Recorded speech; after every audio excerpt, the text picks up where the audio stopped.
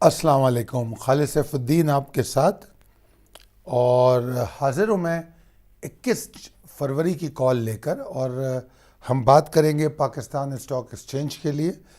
सब में पहले रैपअप को मैंने इससे अलग कर दिया, उसके लिए एक अलग वीडियो अपलोड की है। अगर आपका इंटरेस्ट हो तो आप उसको चैनल पे देख सकेंगे।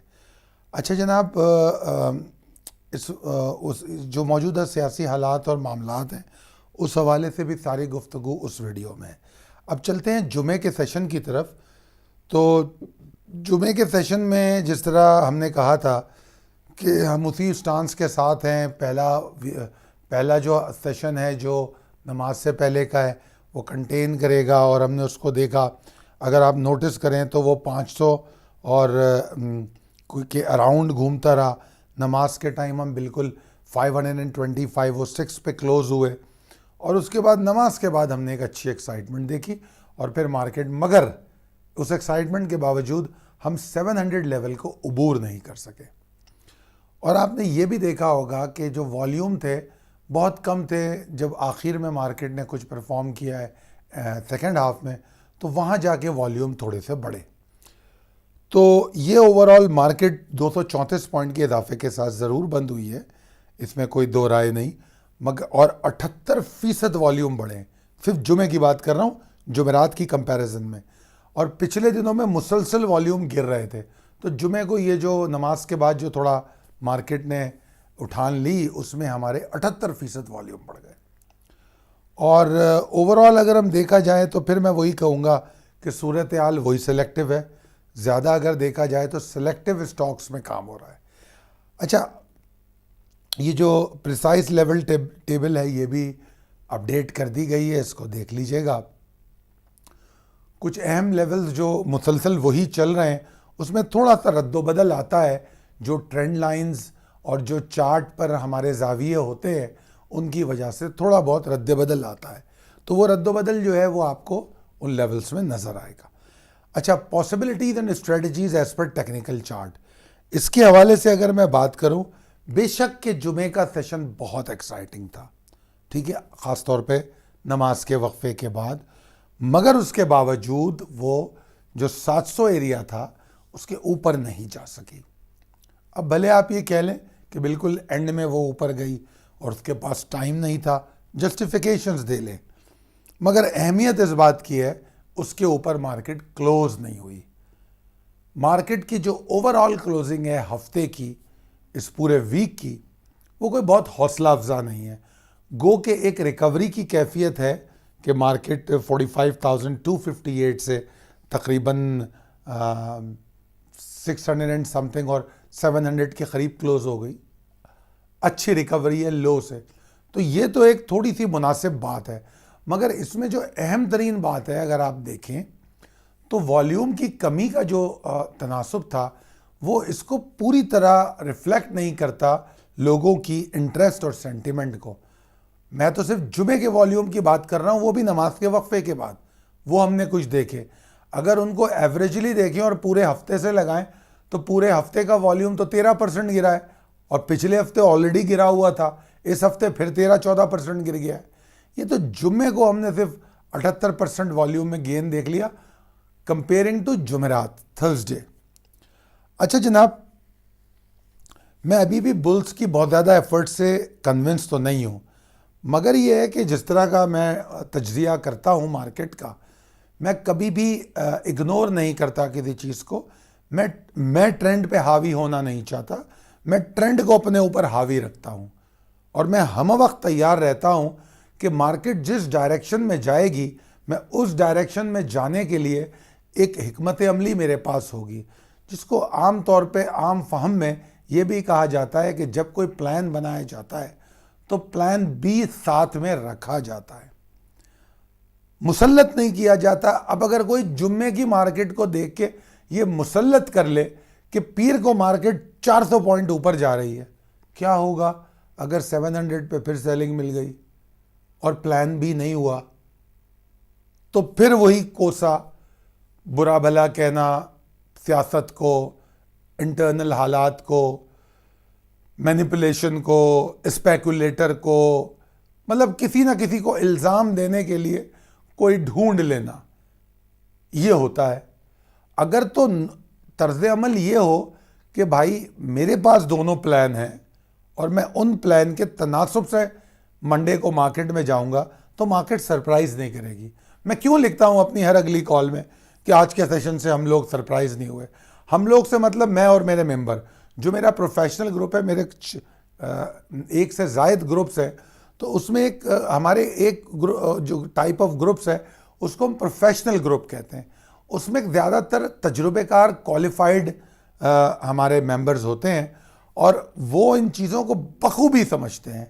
और यही वजह है कि जुमेरात को जब मार्केट नीचे भी जा रही थी, डल भी थी, तो they were enjoying discussing doing debates, मुख्तलिफ मौज़ूआत पे वो बात कर रहे थे कि क्या क्या पॉसिबिलिटीज़ हो सकती हैं, हिकमत अमली को डिस्कस कर रहे थे।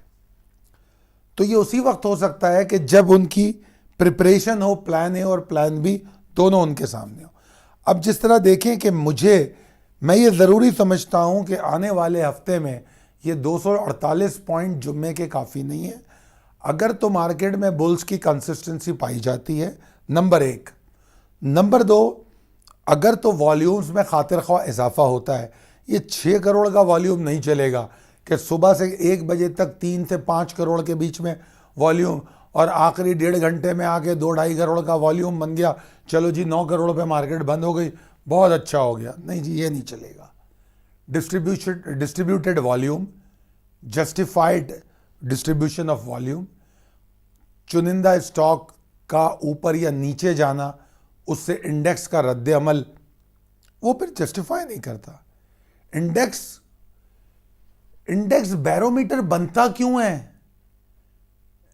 अगर आप सोचे कि जैसे मैं काम करता हूं, फर्ज कर लें थोड़ी देर के लिए, मैं जीजीएल में काम करता हूं और मगर मैं इंडेक्स देखता हूं, तो अगर मैं जीजीएल में काम करता हूं तो मैं अपनी सारा दिमाग इस बात पे लगा दूं कि जीजीएल क्या कर रहा है, जीजीएल में बुल्स हैं, जीजीएल में बाइंग हो रही है, और उधर से इंडेक्स 600 पॉइंट गिर गया, मेरा जीजीएल बचेगा?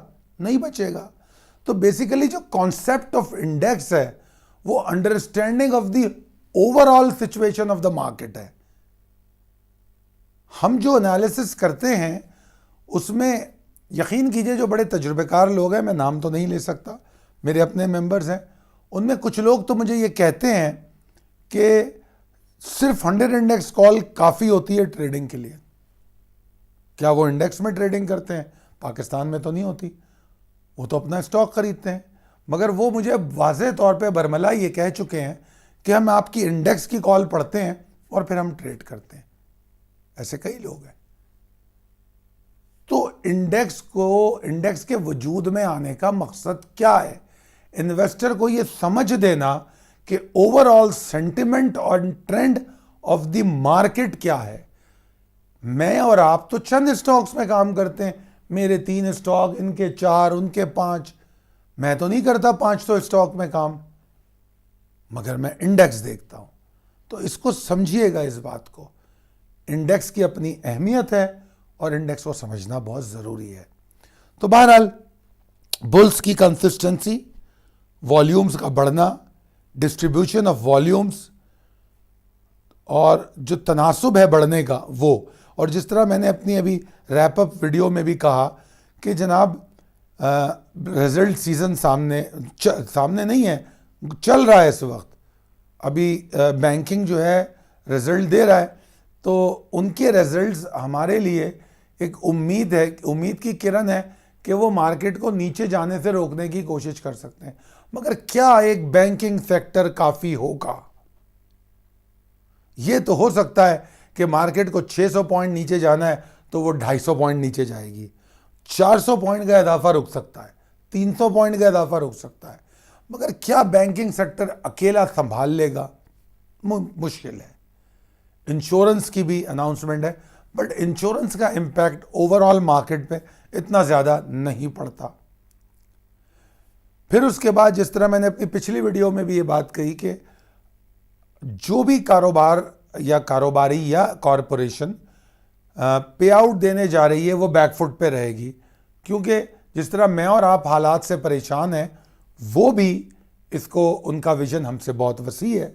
तो वो भी इस बात को समझते हैं, तो वो अपने आने वाले दिनों के लिए अपनी कंपनी की स्ट्रेंथ को बरकरार रखने के लिए पे आउट रोक के देंगे। अगर उनका ईपीएस कुछ है और उस ईपीएस में वो आपको 5 रुपए का डिविडेंड दे सकते हैं, तो शायद आपको 3.5 रुपए दें और वो 1.5 रुपया एहतियातन आने वाले जो क्वार्टर्स हैं उसमें रोलिंग के लिए रखें। ये ऐन मुमकिन है, क्योंकि जिन हालात से हम गुजर रहे हैं, जो दबाव आईएमएफ से आ रहा है और अभी पेट्रोल का दबाव से जो बाइंग पावर, परचेस पावर कम होगा, जिस तरह मैंने कहा अभी कि गाड़ियों की सेल गिरी है और पता नहीं कौन कौन सी सेल गिरे।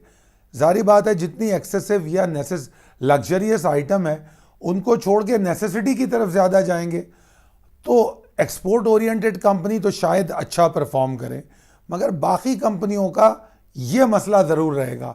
तो ऐसी सूरत में मुझे लगता है कि पे आउट में ज़्यादातर लोग बैकफुट पे रहेंगे। तो बहरहाल, तो मैं ये समझता हूँ कि अगर हम सेलेक्टिव रहेंगे तो और टारगेटेड रहेंगे तो हम बेहतर रहेंगे। पूरी लिक्विडिटी को ख़तई तौर पे इस्तेमाल नहीं करना चाहिए, भले आपका कैश पड़ा रहे, डजेंट मैटर। फरवरी गुजर जाए, मार्च गुजरने लगे, कैश पड़ा है, टेंशन नहीं ले।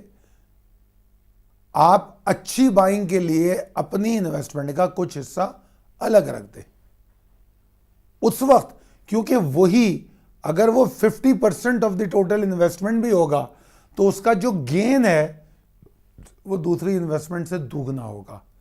तो फिर एवरेज में आप एक अच्छी रिकवरी और एक अच्छा हैंडसम गेन मार्केट से ले सकेंगे। तो ये तमाम चीज़ें अपने ट्रेडिंग प्लान में ज़रूर अमल में लेकर आए। गो के मैंने एक्यूमुलेशन की कॉल बिल्कुल नहीं रोकी, बीच में ट्रेडिंग इंट्राडे ट्रेड की मैंने स्ट्रेटजीज को चेंज किया, मगर एक्यूमुलेशन कॉल नहीं रोकी। बट मैंने उसके अंदर लॉट साइज को कम करवा दिया। और एक और बात मैं पिछले दिनों से बार बार कहता रहा हूं कि जो हम ले रहे हैं हम उसमें से कुछ ना कुछ बेचेंगे ज़रूर। मैंने उसकी मिसाल दी टीआरजी के हवाले से, पिछली भी कॉल में मिसाल दी कि टीआरजी एक बैंड में चल रहा है पिछले 4-6 दिनों से, मेरे ख्याल में 84 और 88 का या 87 86 का एरिया, 86 तो पिछले 3 दिनों में, ओवरऑल देखा जाए तो 87 और 84 के बीच में चल रहा है। अभी तक मेरे ट्रेडर उसमें 3 से 4 ट्रेड कर चुके हैं। वो शॉर्ट भी कर रहे हैं, वो लॉन्ग भी कर रहे हैं। कम से कम ट्रेडर जो ट्रेड किए 3 से 4 ट्रेडें कर ली हैं। अब अगर $4 का बैंड है 84 से 88 का, तो 4 रुपए तो पूरे किसी को नहीं मिलते।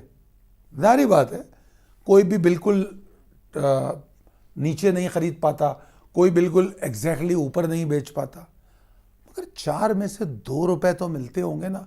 और अगर वो 2 रुपए आपको 3 दफा मिल जाएं तो वो 6 रुपए हैं और टोटल मूव 4 रुपए की है। तो यहां पर इस्तेमाल की जरूरत है दिमाग को कि मौजूदा सिनेरियो में जो मार्केट की पोजीशन है, लैकलस्टर सेंटिमेंट है, उसमें हमारी स्ट्रेटजी ठीक है। मैं 20 साल से काम करता हूं, इस तरीके का काम करता हूं यार, इस इन कन्वेंशनल सोच से बाहर निकली है यार। 20 साल पहले मैं स्मार्टफोन यूज नहीं करता था, करता हूं अब।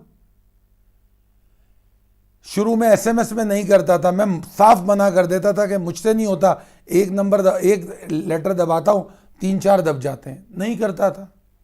व्हाट्सएप मैंने यूज नहीं किया जब तक डेस्कटॉप वर्जन नहीं आया।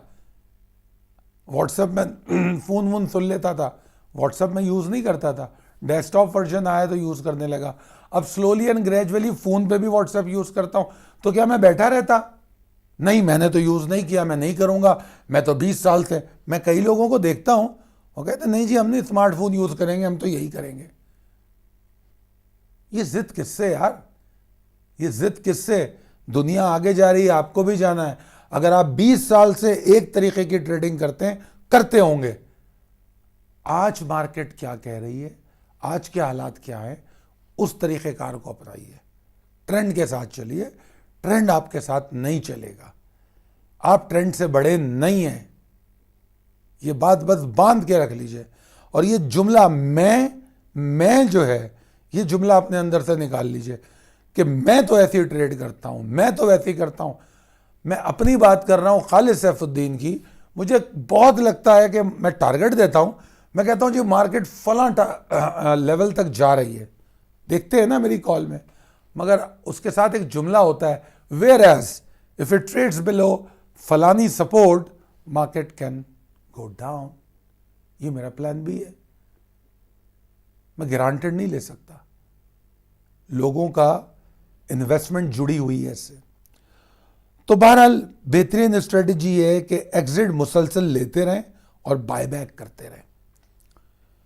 अगर 5,000 माल बेचा है तो फौरी तौर पे 5,000 मत ले लीजिए, स्प्लिट कीजिए 2,000 3,000, उस तरीके से चलिए, वो फायदेमंद है। अच्छा जनाब, हमारे पास 4 बड़ी अहम रेजिस्टेंस हैं। जो रेजिस्टेंस प्रिसाइज लेवल टेबल में जो 4 रेजिस्टेंसेस हैं, वो पहली 4 रेजिस्टेंसेस बहुत अहम है।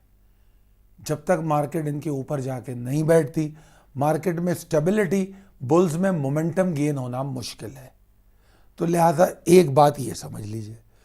दूसरी बात, जो शॉर्ट टर्म व्यू है मार्केट का मंडे के लिए, वो ये कि 45,775 इसके ऊपर अगर मार्केट ट्रेड करती है तो मार्केट 45,955 980 तक जाने की कोशिश करेगी, और 45,775 इसका इमीडिएट टारगेट है। भले वो उस पर प्री ओपनिंग में खुले, डजेंट मैटर, वही इमीडिएट टारगेट है। अगर आज माल लिया है तो इमीडिएट टारगेट पे बिकेगा, प्री ओपन में बिकेगा, प्री ओपन में बिकेगा, बिकने के फौरन बाद बाय लगाए दोबारा मिलेगा। अगर 775 के ऊपर दोबारा आके सरवाइव कर गई तो 955 और 986 को हिट करेंगे, 40,000 देख लेंगे। स्ट्रेटजीज को यूज करेंगे, जैसी चल रही है मार्केट वैसे चलेंगे। तो ये तो मेरा नॉर्थ बॉन्ड उम्मीद है। और दूसरा ये कि 45,579 जिस तरह मैंने कहा था, where as failing to hold above 45,579 depression. वैसे तो 700 लेवल के नीचे अगर मार्केट ट्रेड करती है तो वॉल्यूम्स गए, जो 78% जुम्मे को यानी कि आज बढ़े हैं, उसकी कहानी ख़त्म हो जाएगी, फिर वॉल्यूम डिक्लाइन करेंगे, फिर दोबारा कम होना शुरू हो जाएंगे। नंबर 2, अगर 45,579 के नीचे चले जाए तो फिर तो प्रेशर भी बढ़ना शुरू हो जाएगा। तो 2 बातें आपको समझ में आई। 775 के नीचे, 45,775 के नीचे नीचे मार्केट रहती है डिप्रेस, 45,579 के नीचे रहती है प्रेशर, 45,775 जो कि इमीडिएट टारगेट है उसके ऊपर होल्ड करती है तो हम इंशाअल्लाह ताला पीर को ही 45,955 986 अचीव कर लेंगे, अल्लाह ने चाहा तो। बाकी अल्लाह बेहतर जानने वाला है, और दुआ करूंगा कि आप लोग कामयाब ट्रेड करें। अल्लाह ताला आपको बहुत कामयाब करे, बहुत खुश व खुर्रम रखे। मेरे लिए भी दुआ फरमाइए, अल्लाह ताला आपके घर वालों को महफूज रखे हर परेशानी और बीमारी से। अल्लाह हाफिज़।